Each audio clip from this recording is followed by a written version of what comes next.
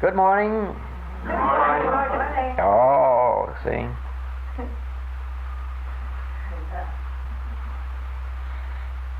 That is a greeting that goes out to our friends wherever they may be listening in.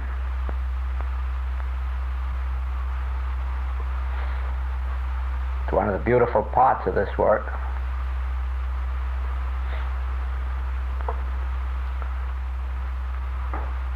So many of our students are personally acquainted with each other, and those that aren't know this feeling of harmony, of unity that exists between all of us. And there is a specific reason why not only there can be, but why there must continue to be this harmony and this unity between students of the Infinite Way. First place, our relationship with each other is purely voluntary. Nobody is brought in by influence. Nobody is advertised for.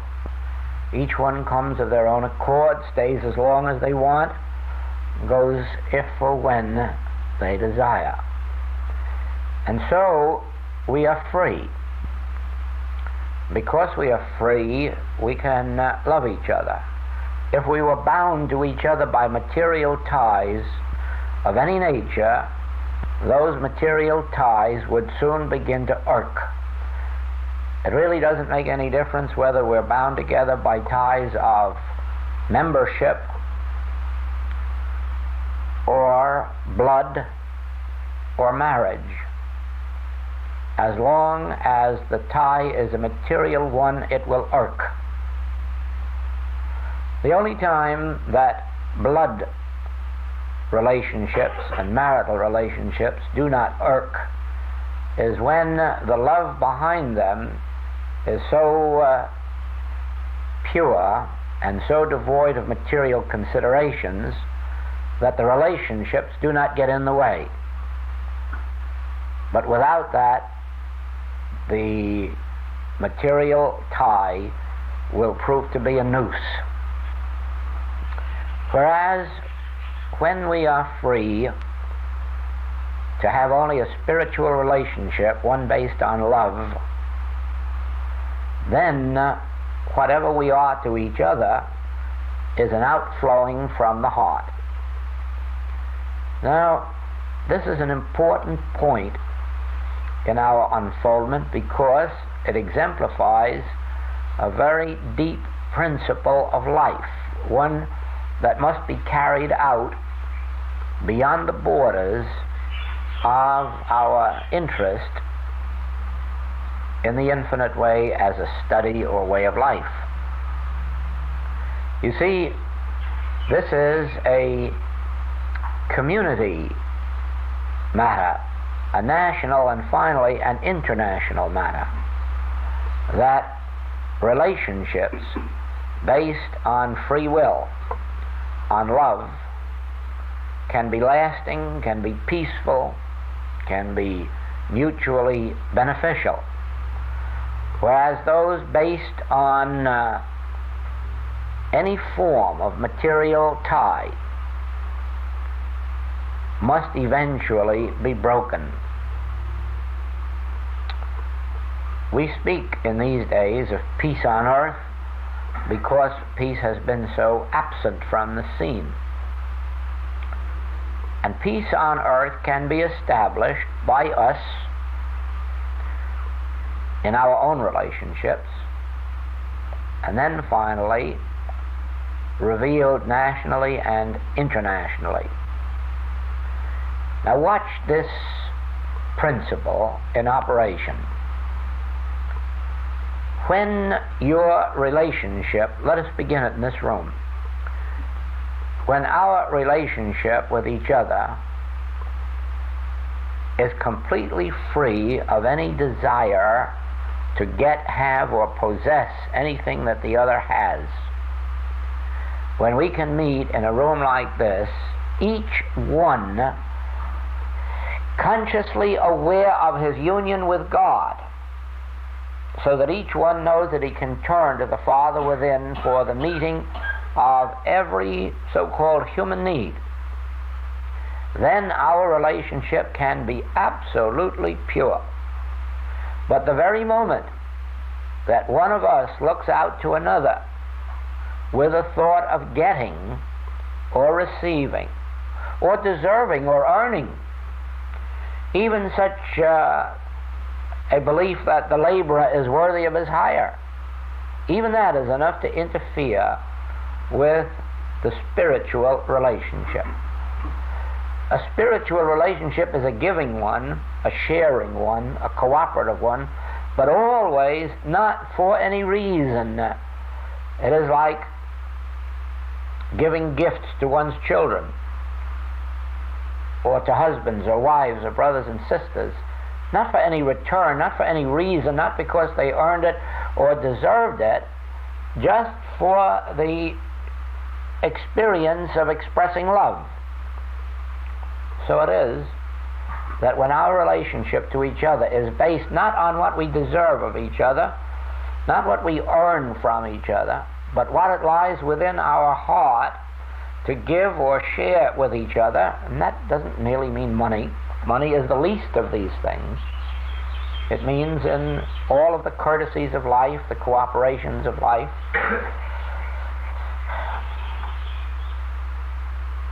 forgiveness, understanding, mutuality, helpfulness, and so forth, then and then only can a relationship like this be perpetuated. But now, as we go out into our family lives, the same situation develops. The very moment we do anything in our family lives, because it's either a legal obligation or a moral obligation, in that moment the material tie begins to irk.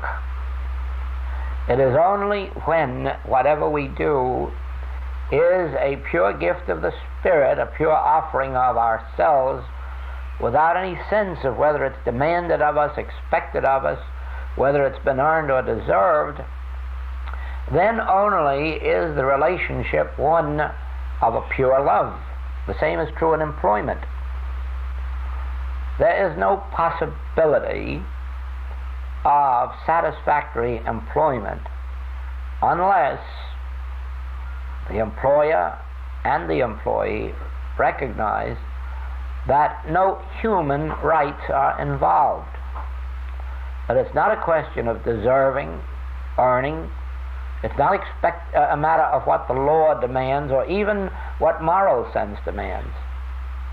It means only what is the free outpouring of love. And you say that might be a difficult thing in business, but it isn't. It really isn't. It is undoubtedly in these larger industries that are controlled by unions, where you daren't even be good if it means being good where goodness is called for. In other words, no human relationship or divine may come into the relationship of most corporation and union relationships, for the simple reason that it isn't tolerated, and no experiences to show that all that is demanded is a fulfilling of the letter of the law, and when one would go beyond that, there is a suspicion, and sometimes a strike takes place, as took place in the city of New York, when one man was retiring from business, and one of his men, who had been with him 35 years, had worked his way up to being not only the assistant, but actually ran the business. When the man sold the business, he presented this man with a check for $5,000 out of the proceeds of the sale, and the help were called out on strike. The case went to court, and the court finally decided that the employer was in the wrong. He had no right to give his good employee $5,000, not unless he were willing to give it to every employee in the place. But if he weren't, then nobody could get it.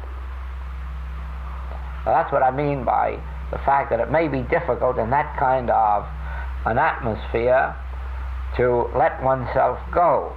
And even then, probably ways could be found. But aside from such things, the individual is concerned mostly with the outpouring of himself or the Spirit through him, and of course always this is the major point, without any thought of the return, without any thought of deserving, earning, being worthy of. Eventually that will be the relationship established on earth, because if it can be successfully experienced by the smallest group on earth, it can be experienced worldwide when the principle behind it is made evident. Now, the principle behind it is the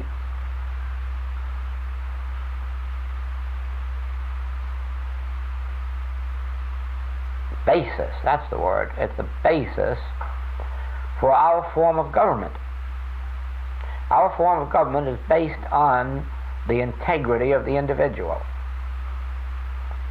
And it is that makes this a possible relationship throughout the world, because it means that my conduct must not be based on your conduct, that it is not necessarily based on your conduct, and that your conduct need not influence mine, that I have to fulfill my own integrity regardless of what you do about yours. Now then, if I am concerned only with fulfilling my individual integrity, I have only one thing to be concerned with. And again, in this room, it is my relationship to you. If I maintain my relationship to you in accord with spiritual integrity, then I myself am fulfilling my own self and have nothing else to consider. That means then that because of the individual integrity, I will, to the highest extent of my ability, fulfill myself on that level. All right. You out here can do as you please toward me, but I must maintain myself not to fulfill what you're doing, but to fulfill my highest sense of spiritual right. But then that begins to apply in this room, because your conduct toward me is not based on my conduct toward you. You have no right to take into consideration what my conduct is. You have only to take into consideration what your sense of integrity is to yourself, so that you fulfill your own sense of integrity regardless of how much I may deserve it or not deserve it. Because any lack of integrity on my part brings about its own punishment within me. Why should you let it bring it about within you by acting in accord with my lack of integrity? Then we come to each other, and we find the same thing, that we each are acting. Now watch this, I'm not saying should. I'm saying that in this room we are. Each one in this room is acting toward the other in accord with their own highest sense of integrity, because no demands are made upon them, nothing is expected of them. So everything is flowing out in this room to each other through a free will, or a pure love that seeks no return. That can be carried out into every relationship of life. As a matter of fact, ultimately it must. And that brings us to this subject which was begun in Honolulu about a year ago, and which I stopped at that time after it was given because of the reaction that I observed.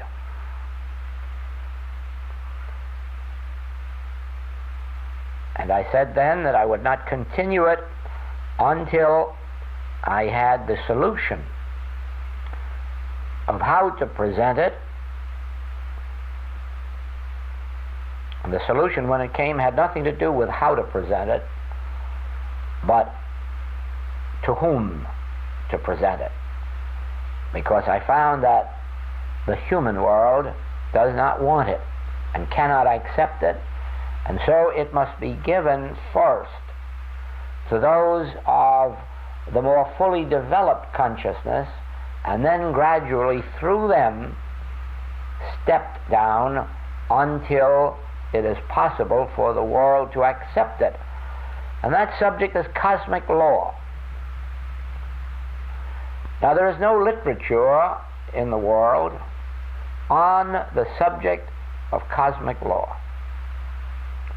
The reason is that those who have tried to present it have soon found that the way of wisdom was to keep quiet. The way of wisdom was to let the world hang itself rather than hang the one who tried to present it. Many of those who tried to present it were crucified.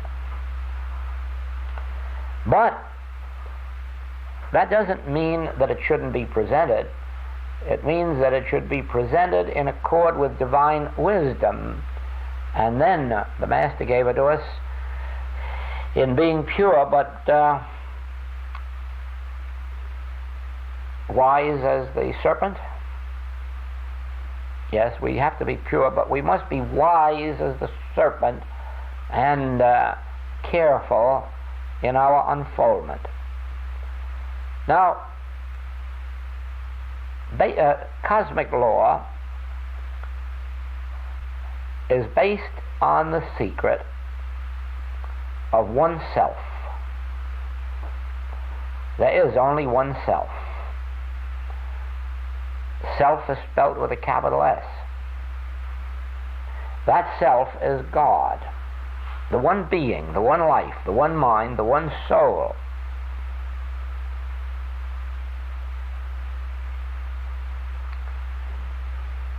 As we look about this room, we are seeing that self infinitely expressing itself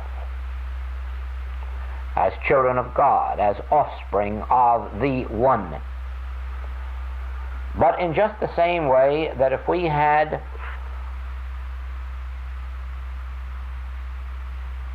a bracket here with a dozen electric light bulbs, there would only be one electricity. And each bulb would be of the same, rather the power in it would be of the same nature and quality as its substance, electricity. Electricity would be the substance, law, and activity. That would be true if there were a million bulbs. Electricity still would be the same. And it would be the same in every case. The electricity manifested or expressed in each bulb would be the same one electricity. And so the life that is expressed in this room, even by a couple of dozen people, is the one life. And the intelligence that is in this room is the one intelligence. We show forth varying degrees of it, just like the different size electric light bulbs show forth different degrees of electricity. But it's one electricity, and there's only one life in this room. And that same life is in the flowers and in the animals, vegetables, minerals, There is only one life. There's only one mind, one intelligence. There's only one soul, one spirit. So there's only one selfhood. And so it is that anything that I do is done within that selfhood, even though apparently I do it to another or for another. The Master gave us this in the 25th chapter of Matthew. Inasmuch as ye have done it unto the least of these my brethren, ye have done it unto me. Why? Because this me, is the selfhood of every least of these brethren. The soul of every individual on earth is the soul of the Christ, the soul of God. And so whenever we do anything of a good nature to anyone, we are not doing it to them.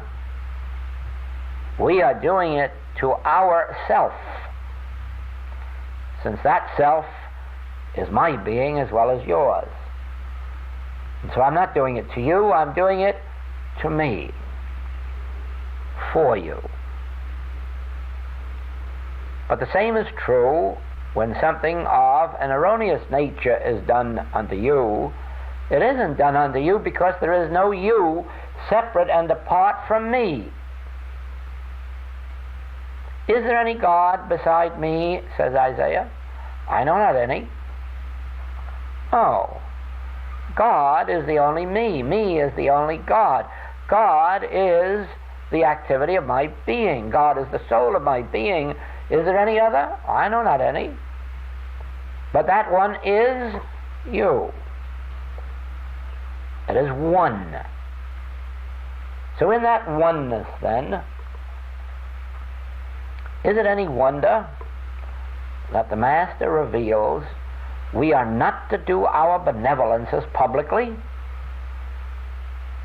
to be seen of men, to get credit for it? Because we're not doing it for you. We're not doing it for the other fellow. We are doing it for ourself. Why get credit then for doing something to the glory of our own self? Well, who prompts us to do our benevolences? What prompts us but the spirit of love within us? And then should we as humans take credit? No, we are setting up then a selfhood apart from that self to be glorified. Is that clear? Isn't it clear that if any one of us want credit for what we're doing, we're asking for credit for a selfhood apart from God, since God needs no credit? Now, and if we want to glorify God, we would do it anonymously and let God have the credit. But you see, it works the other way. The very moment that we do evil to another, it isn't to them, it is unto the self, myself. And it isn't necessary for the law to find it out. It isn't necessary for man to find it out in order for us to be punished.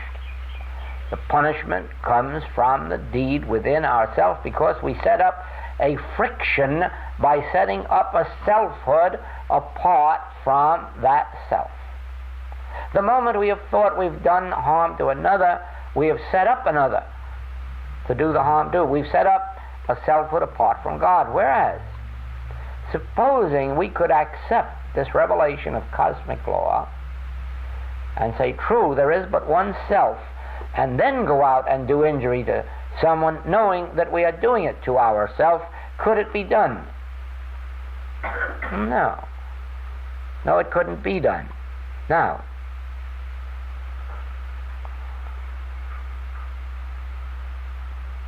it is an important point for us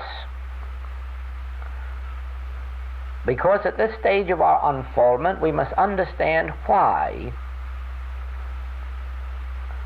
neither credit nor blame should attach itself to us or to another.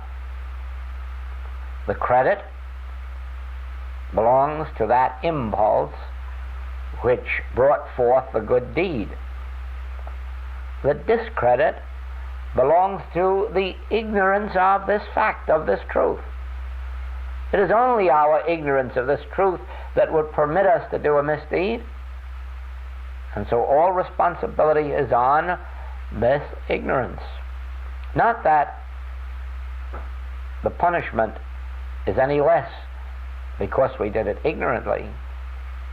The punishment is there and will be there, but it absolves us at least from indulging condemnation, either self-condemnation or condemnation of another.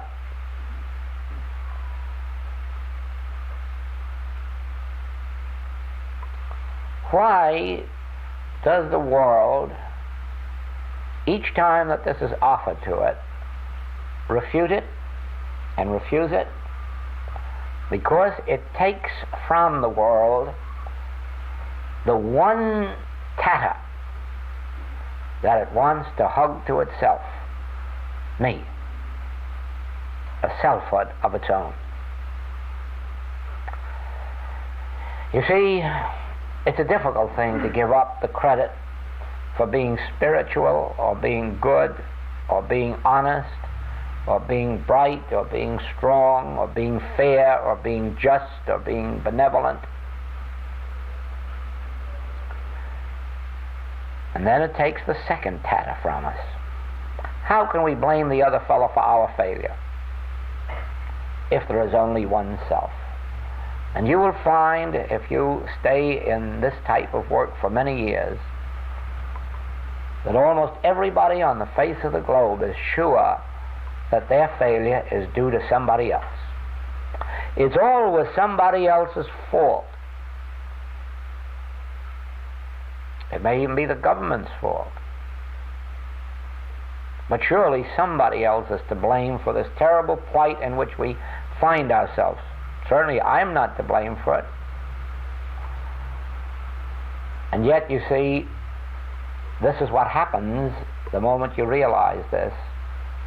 You have to make an adjustment within yourself and say, no one has ever injured me.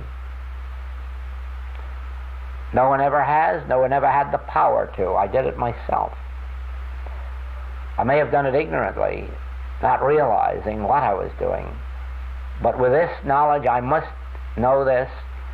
It was I who brought it about in my own experience and nobody else. Any blame that I place at the other fellow's feet is hiding away from the truth itself. I have created good in my life, and I have created evil in my life. I have benefited by the good, and I have suffered by the evil, but no one else has done anything unto me that I myself did not empower them to do. Now the question comes in what way is this true? Since very honestly and sincerely, most people cannot find anything in their lives that they've done to bring these things upon themselves. They cannot see where any fault is. And the reason is that the fault stems from a spiritual fault which the world knows nothing of because it is not included in the religious teachings of the world. In order to understand this properly, you must understand our spiritual interpretation of the 9th commandment. Thou shalt not bear false witness against thy neighbor. Now humanly, no, not humanly so much, yes, humanly, in the religious thought of the world, that means you should not gossip or spread slander about your neighbor. But as a matter of fact, that is the mildest form of bearing false witness that you can indulge. Bearing false witness means seeing your neighbor as a selfhood apart from God, since cosmic law reveals there is only one self. So every time you see an individual as a human being with qualities of their own, whether they're good qualities or bad qualities, you are bearing false witness against your neighbor, and you are bringing upon yourself all the evil in the world, because you say of this person today they are good, and then at some other time, for one reason or another, they become evil, and you were mistaken. And now you come to the belief that, oh, they are evil. Some future time they apologize or make amends, and now they are good. Well, you see, you are entertaining concepts of them. One time a bad concept, and one time a good concept, and another time a bad, and you are being punished not by them, but by your concept of them. You have the same thing in your search for God. No one is ever going to find God until they are stripped right down to the very last synonym for God and come to the acknowledgement that anything that I think of God isn't true. No matter how good it isn't true. There is no such thing as a thought about God or a concept of God that is true, because a concept remains a concept. Now then, whatever I am. But whatever you think I am is your concept of me, and you are temporarily being benefited or not benefited by that concept. If you say, oh, here is an honest man, and you let the mental barriers down, you may let him down to come into your house to steal tomorrow. Then you say, oh, but I thought he was good. Thinking had nothing to do with it.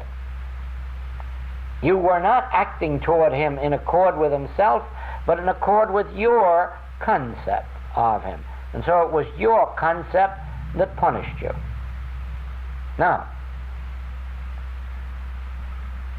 we at this stage must acknowledge that God is neither good nor bad, because in either case we would be giving our impression of God, our view of God, our thought of God, without regard for what God actually is. How do we arrive at what God is? By first of all agreeing that nothing that we know about God is true. Nothing that we think of God is true. Not a thing. Nothing that we've read in a book about God is true. Because it all represents views of God. Even when John says God is love, you can't accept that for truth because you don't know what love is. At least you don't know what John thought love was. When the Master says God is Father, how can you accept that? Do you know what Jesus meant by the word Father? Of course you don't. So far as you are concerned, Father is a male parent, and if God isn't anything at all, you know he isn't that. If he were a male parent, he would need some help in his creation, and there'd have to be a female parent. Now you know better than that. God is neither male nor female, nor does God need any help in creation from someone else or some other sex. God is infinite being in and of itself. And so it is true to Jesus that God is Father, because the Father, or rather God, has revealed it within the consciousness of the Master, something that the Master apprehends as Father. John apprehends as love. Now, in the years of unfoldment, in my experience, one after another of these synonyms dropped away for the simple reason that there was no way for me to know what those who revealed them meant. And so I had to give up those terms, and when I came to the end of my road, I was left with the term infinite invisible. Why infinite invisible? Because infinite invisible doesn't mean anything that you or I can understand. Neither you nor I can grasp infinity. Neither you nor I can see the invisible. And so now I'm left at least with a term that denotes something that cannot be grasped by the finite mind. And I'd rather have God that than pin him down to a label of my manufacture. Now that doesn't mean that infinite invisible is the correct term for God. It only means that so far as I am concerned, it gives me a term that I cannot understand, and that satisfies me. Because if I could understand it, it would be within the range of human comprehension, and I don't want that kind of a God. With you, it will be something else. Now, in the working out of this, it brought forth another great truth.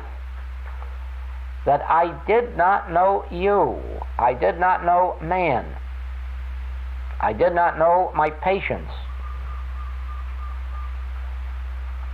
And that was a difficult thing because I was supposed to be helping them, healing them, teaching them, saving them. And yet I didn't even know them, because what I see of you isn't you. What I see of you is body. And not even body. Again, just a concept of body. Because this one comes along and says, you are beautiful, and the other one says, I think you are very plain and ordinary. And somebody else, by their standards, may say you are very ugly. And so I'm not even seeing you as body. Again, I am entertaining in thought a concept of what I am beholding. Are you tall? Are you short? That all depends with what measuring stick you are viewing the situation. Now, that drove me back into the withinness until also I arrived through meditation and communion at the realization that the one self can only express itself in terms of its own quality, character, and nature. And therefore, what you are is what God is. What God is what you are. And so I learned that the healing principle, and this is true whether it's healing of the mind or body or purse, the healing principle is in the realization of this truth that God is in his heaven, all is well with the world. In other words, whatever God is, the offspring of God is. Whatever the infinity of God may be, constitutes the infinity of individual being. Whatever the integrity of God is, that constitutes the integrity of individual being. Can I see, hear, taste, touch, or smell God? No. Then neither can I see, hear, taste, touch, or smell you. Now we come to the wisdom.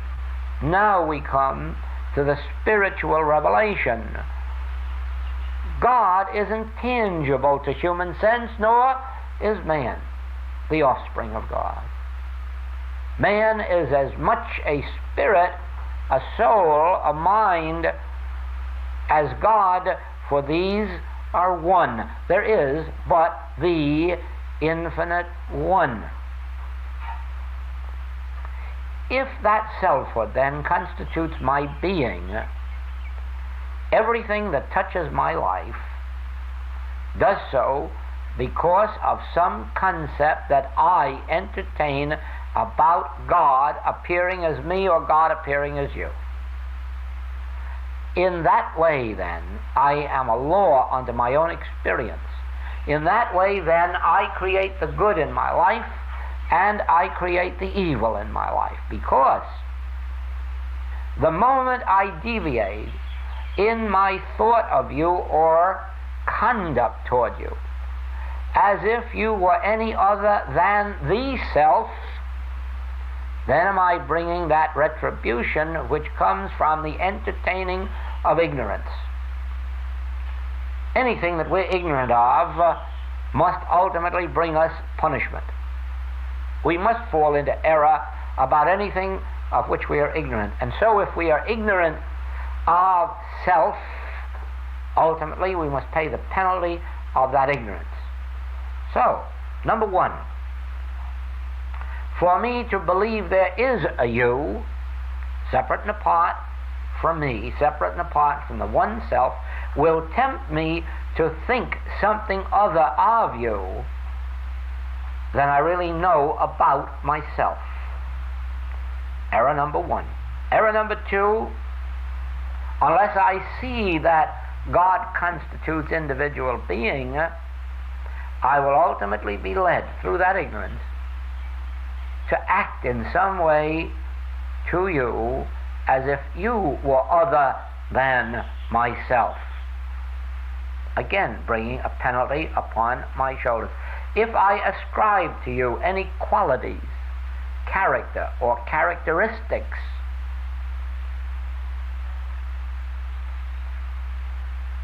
which are not a part of the Godhead, I am thereby declaring a selfhood apart from God and setting up my own retribution. Now do you see why I say that the world cannot accept this? Because it is hiding behind the fact that it wants all the credit for the good that it does, and it wants to blame the other fellow for all the evil that befalls him, and that is not easily given up. You will find that when you begin to put this into practice in your own experience, you won't find it easy either. And you are further along the spiritual path than those who might hear this for the first time and be shocked out of their skin, because they can quickly tell you of how the depression broke them and they've never recovered from it. But they're not able to tell you of how many also were broke by the depression and got over it beautifully. And they will tell you of those who were wrecked by accidents or sickness and didn't get over it and couldn't, but then we can tell them of those who were wrecked by sickness and accident and did get over it. By what? By the response within our own being. You have heard from me in class that the ultimate secret of healing work lies in the one word reaction.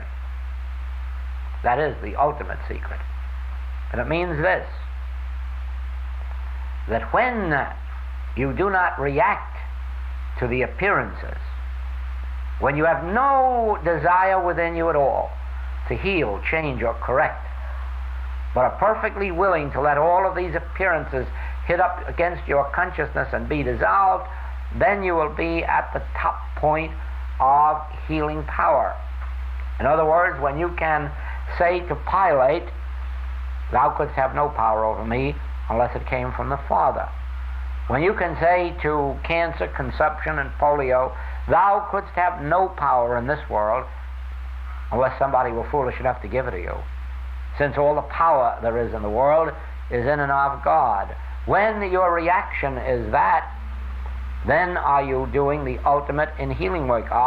But that brings us right back to the one self again. The moment you can look upon any person or circumstance and say, "You cannot be a law unto me," why? Because there is no you.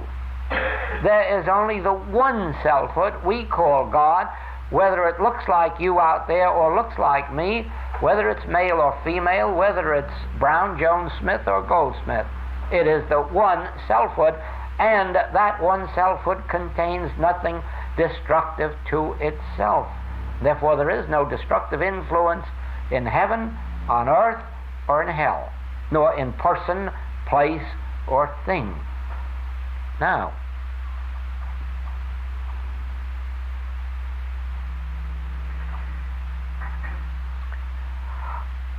when it begins to dawn in your consciousness, well, you might study that 25th chapter of Matthew. I think it begins with verse 31. And perceive the nature of that unfoldment. I was in prison and ye comforted me, visited me. I was sick and ye comforted me. I was naked and ye clothed me. I was hungry and ye fed me. When, Lord, saw we thee and hungered and fed thee? When saw we thee naked and clothed thee? When saw we thee in prison? When saw we thee, Lord, in prison? When were you in prison, Jesus? Inasmuch as ye have done it unto the least of these my brethren, ye have done it unto me, because there is but this one me. And then you go down into that second part and see that I was sick and ye did not comfort me. I was in prison and ye did not visit me. I was an hungered and ye did not feed me. Oh, heavens, that couldn't have been. We've been sitting at your feet ever since we know you. Oh, no. Oh, no. Yes, you were sitting at the feet of Jesus, but what were you doing about Judas? Or John or James or Mary? Inasmuch as ye did it not unto the least one of these, my brethren, ye did it not unto me. Aha. There we have it. Now you begin to perceive that the good that has gone out from you has not been personal. It has been the activity of the Christ itself in action. And to set up any credit for yourself would be to set up a selfhood apart from that one. Then, as you think of, well, if nothing else, being impatient with someone or other for some reason or other, or critical or condemnatory, then you realize, well, that's what I've done. I set up a selfhood apart from God, and sometimes I called it good and sometimes I called it bad, and it was that very concept entertained in my thought that has been responsible for whatever of good or evil has taken place within me. Now you will find that it is not an easy matter to bring yourself into the fullness of thought and deed in accord with cosmic law, but then you'll also find that every tiniest violation of it will bring upon you a retribution. Cannot be avoided. You might at this moment say, I hear the question right out there, but shall we open our door to the thieves, or shall we open our door to those who are acting unlike this selfhood?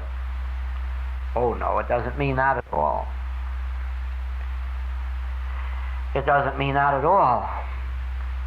Any more than we open our doors to the beasts of the field until such time as we have learned of this one selfhood so thoroughly that we can invite the lion to lie down with the lamb. Unless we are so sure of ourselves and of our understanding that God is individual being, we must not invite the lion to lie down with the lamb, because we may be doing a disservice to the lamb.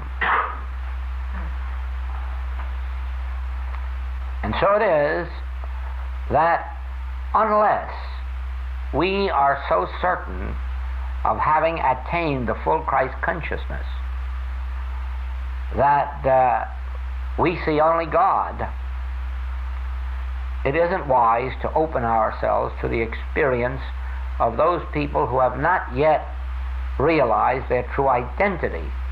And if you want a measuring stick as to whether or not you have achieved that, you might use the Master Christ Jesus, who at no time in his earthly experience attained that height.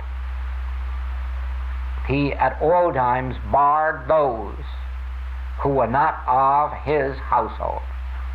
He at all times, he invited them to sit out there at the foot of the mountain perhaps, or by the seaside, and listen to him. but he didn't invite them into his household. On the contrary, as he walked up and down the Holy Lands, we find no record of his going out of his way to heal anybody unless they approached him and made themselves of his household. Oh no, he did not come to the scribes and the Pharisees. He did not go to the Roman soldiers to carry his message. Oh no, he didn't do that. He carried his message where there was some degree of receptivity to the spiritual impulse. Now, in the same way, there are all states and stages of consciousness. The Master describes them as fertile soil, barren soil, rocky soil.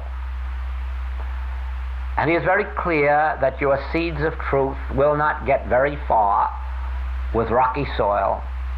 And with barren soil, it may possibly bear a little fruit for a while, but the very first wind that comes, or heat, or cold, will destroy it. And so it is that he recommends that you confine your sowing to spiritual soil, fertile soil. So it is with us. There is a world outside clamoring for what it calls peace, safety, security, harmony, but it really doesn't want it. There are thousands who come to us who do not want what we have. Not any more than the world does. The world wants, well, it wants to eat its pie and have it too. The world wants peace at somebody else's expense. It wants prosperity regardless of whose expense. It doesn't want peace, prosperity, harmony through God, because then it would want it through a universal good. Oh, no, no, no, no. When it thinks in terms of its crops, it isn't thinking in terms of the nations who haven't any crops, but of how to manipulate it most profitably. And so it is when we're dealing with these other things. Now, our work must be freely given where there is the evidence that it is seeking the true peace, the true harmony.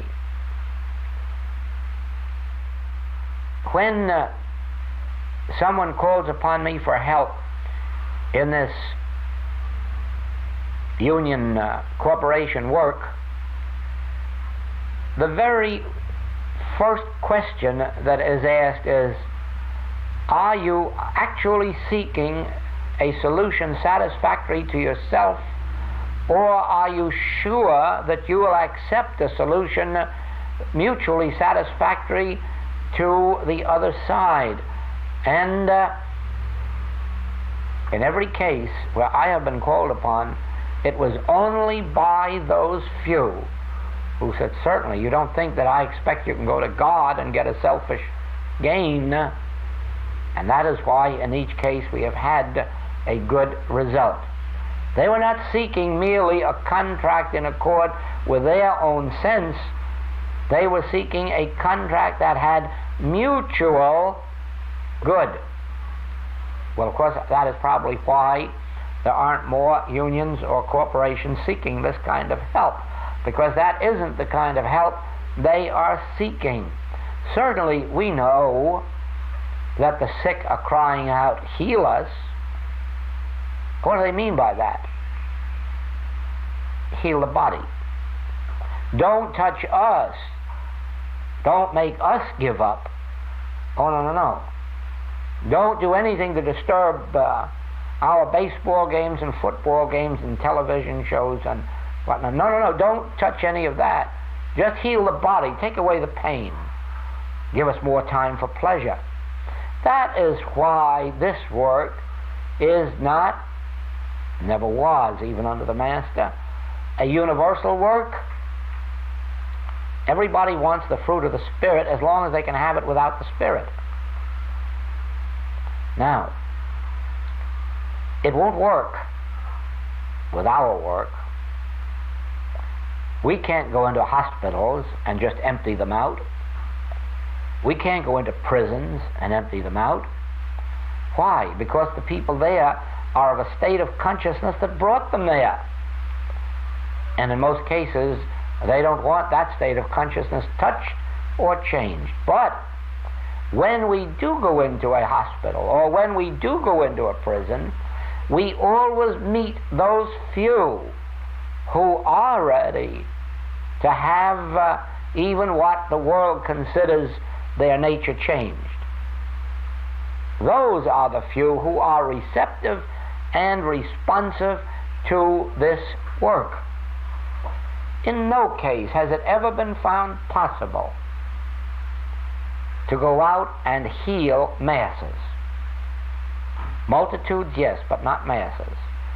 Because if we should have a meeting with 200 or 300 or 400 people gathered together, and 20 or 30 of them should have a healing, that would be the healing of multitudes. But if we could heal all of them, that would be the healing of the masses. And it hasn't ever happened, not even in the Master's day. It never will happen that the masses as such are healed, because healing means the giving up of the state of consciousness that caused the discord. There is no healing out here of the body. Medically, yes.